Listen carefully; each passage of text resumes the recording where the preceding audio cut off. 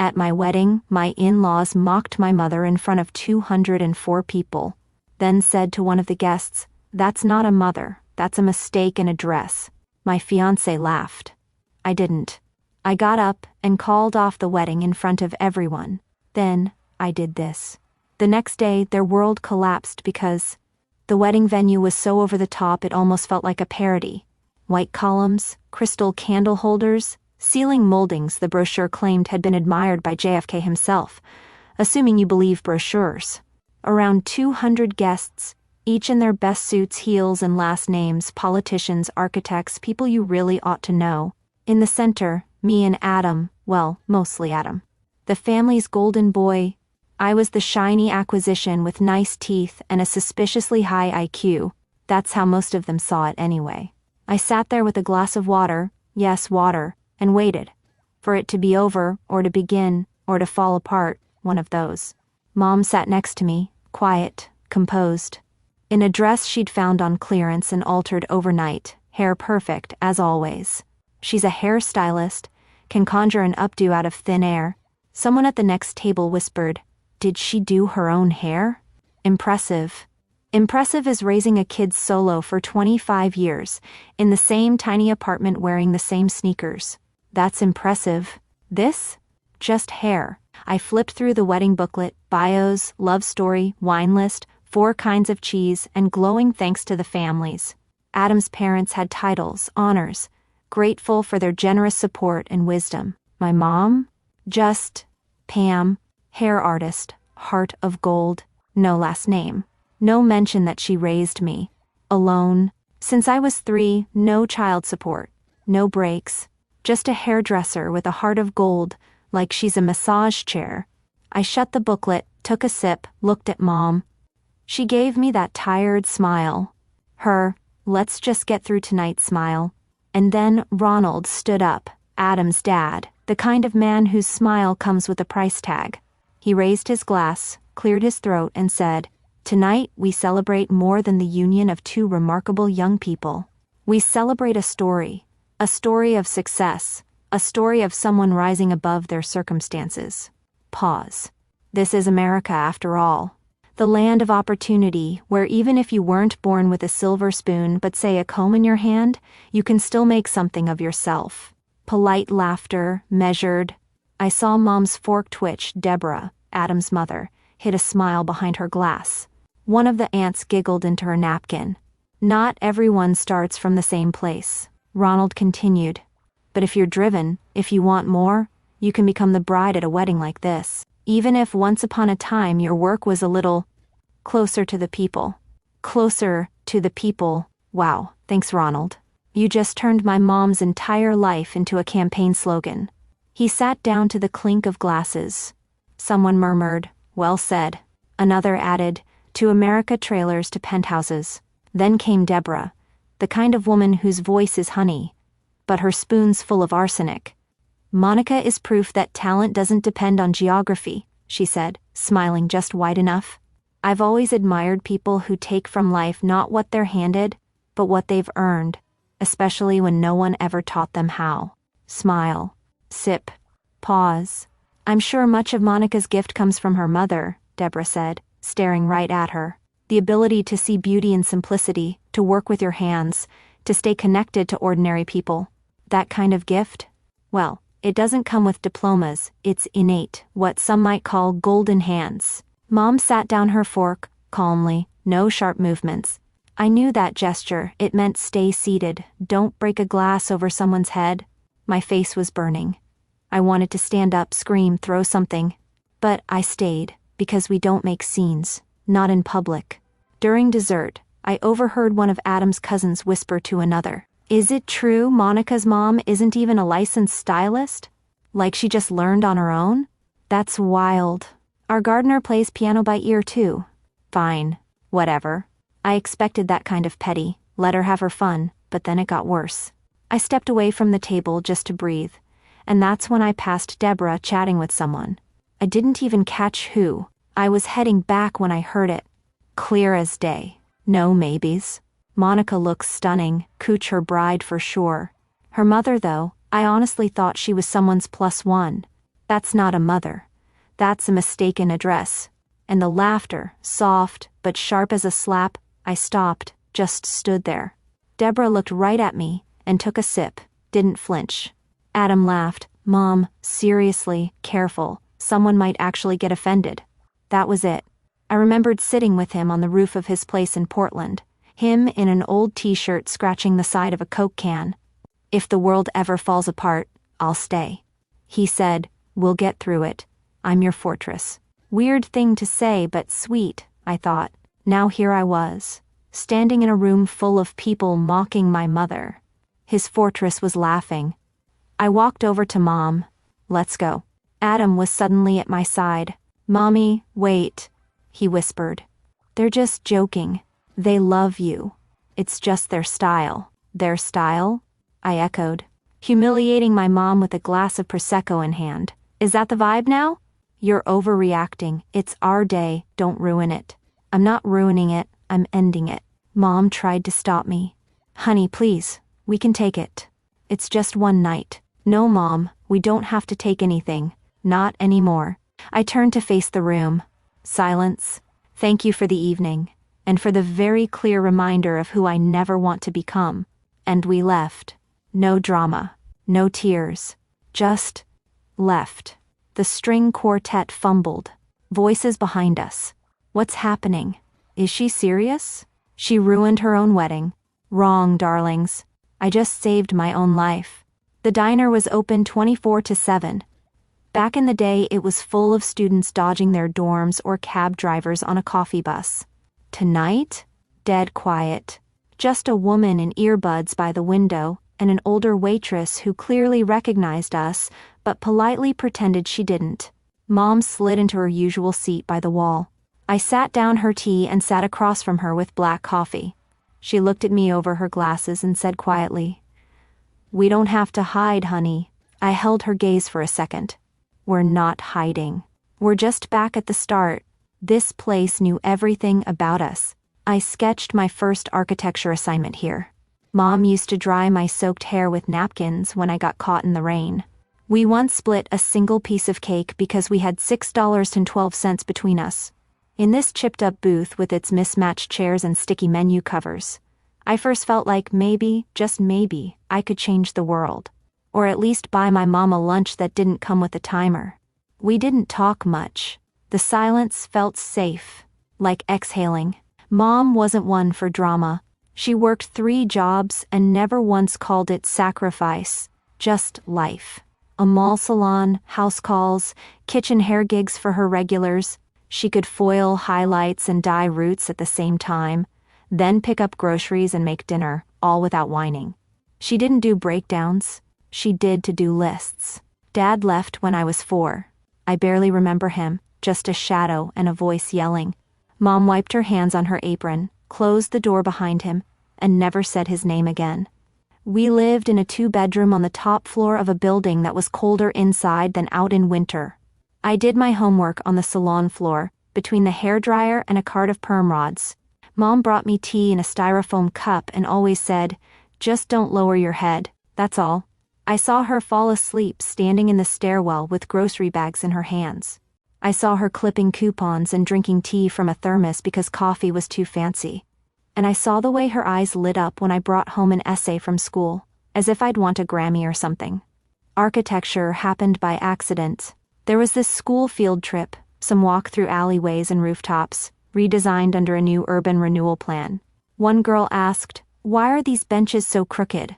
And I said, "Because the person who designed this didn't give a damn about people, they cared about checkboxes, not cities." That was it. I couldn't unsee it.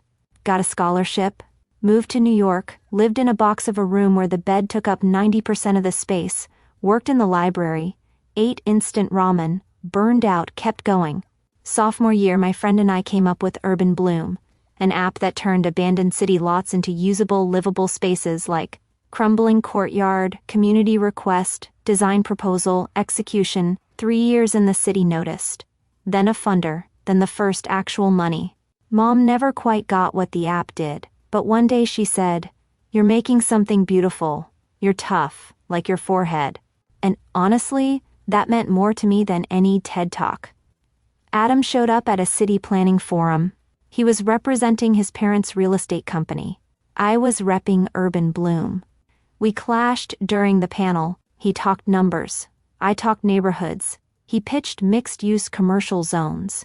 I asked why people needed shopping plazas when they didn't even have a single park bench. Then came a post-panel debate, then coffee, then dinner, then the kiss. He told me, "You treat architecture like art.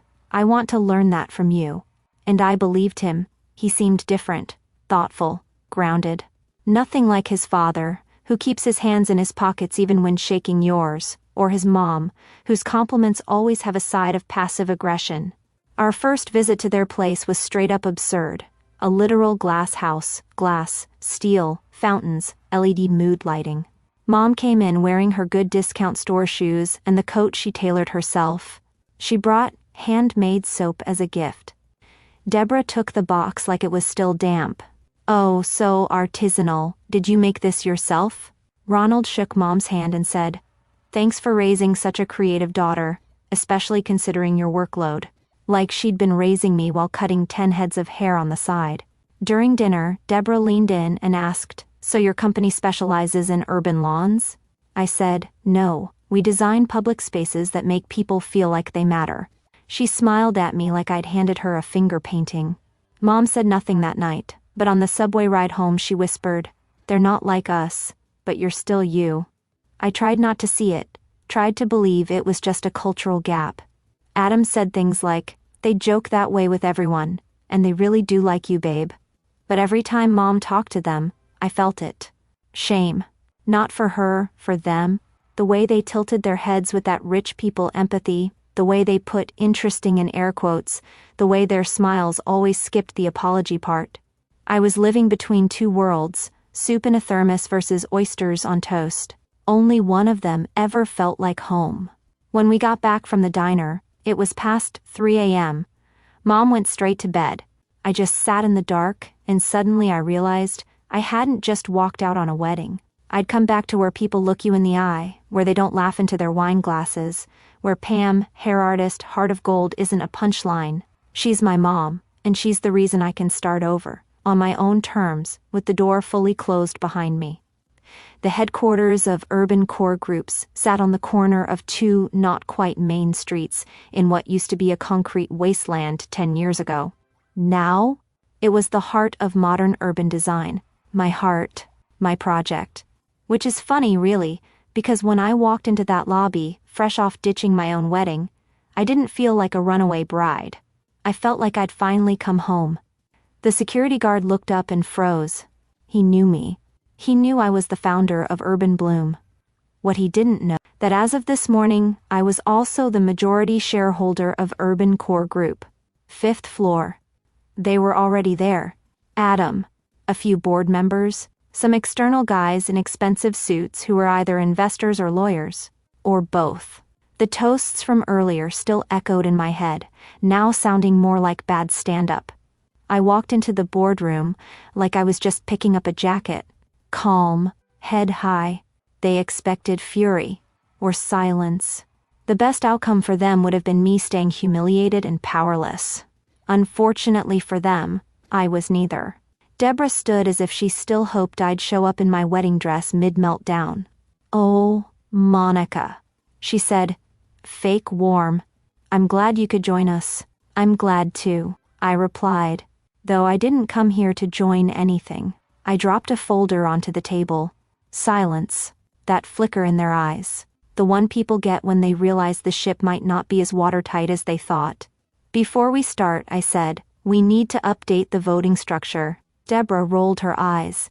"This isn't that kind of meeting." "It is now," I said. "Because as of 9 a.m. this morning, the ownership structure has changed." I opened the folder. Documents, signed, notarized, originals, copies, trail, of everything. Ronald leaned forward.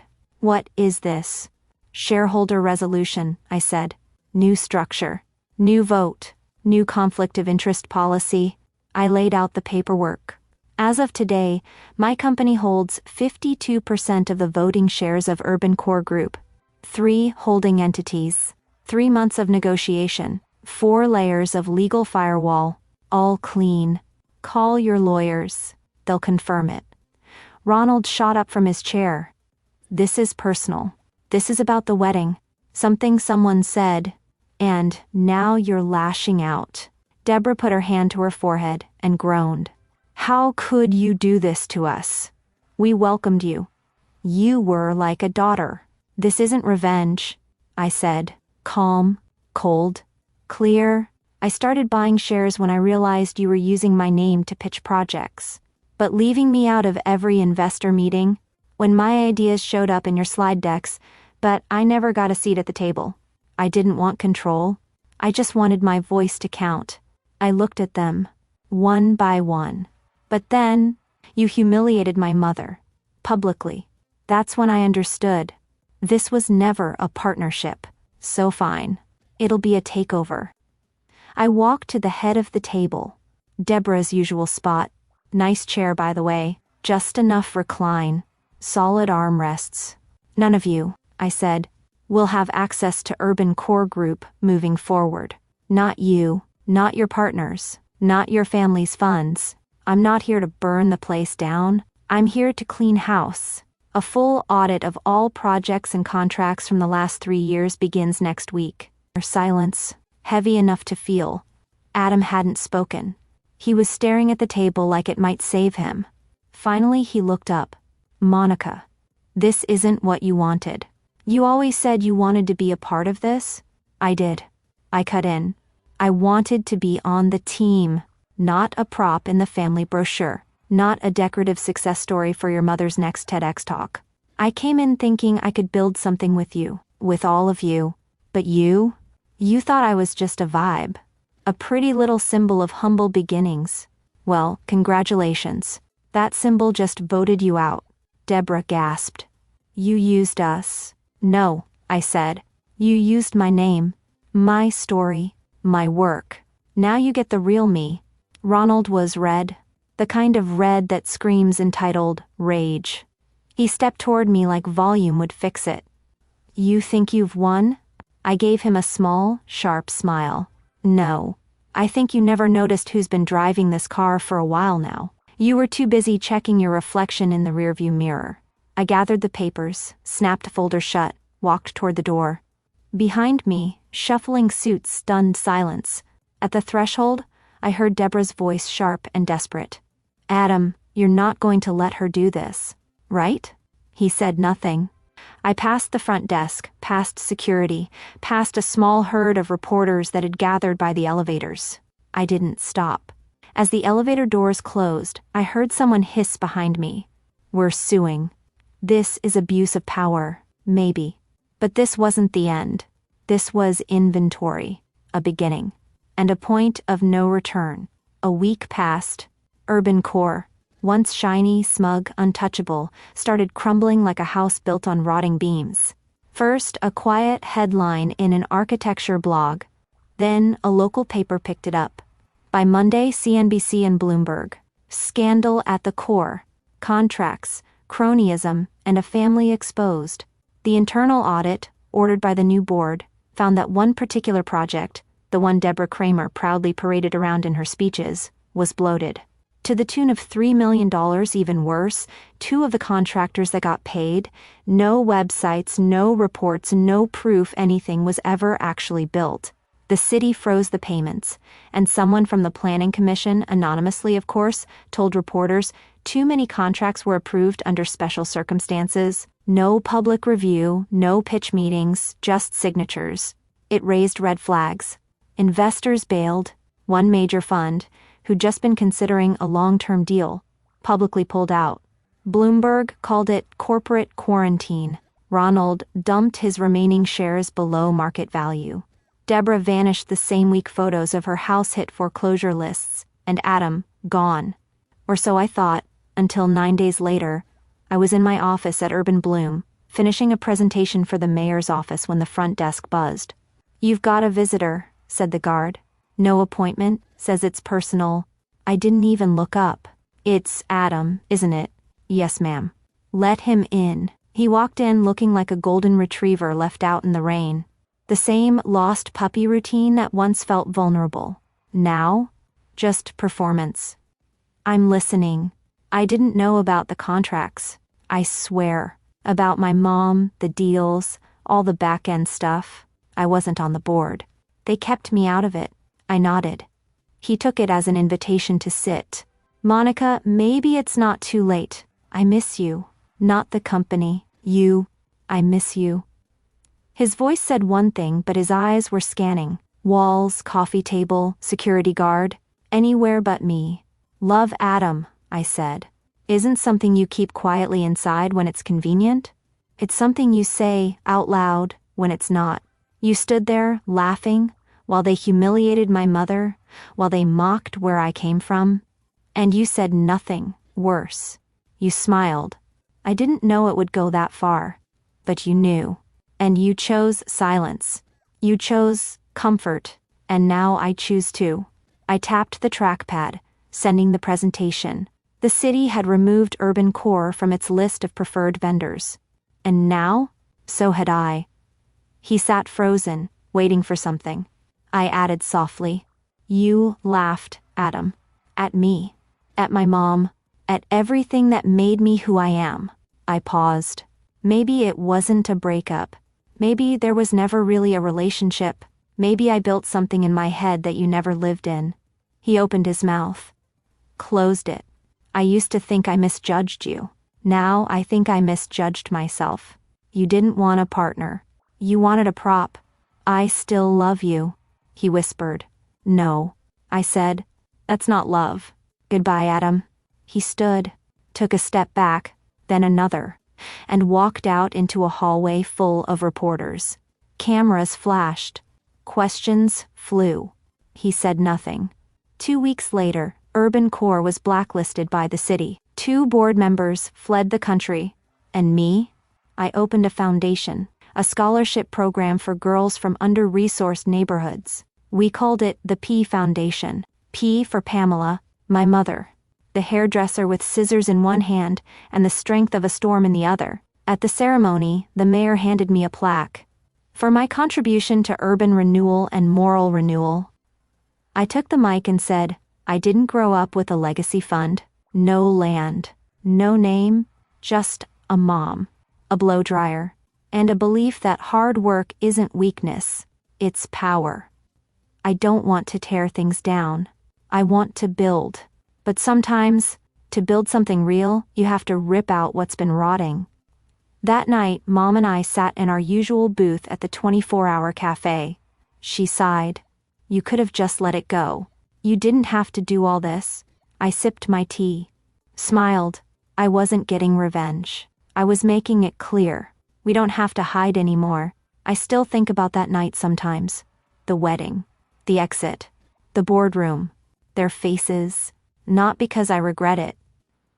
But because I wonder, what would you have done? I wasn't out for blood. I just refused to be stepped on.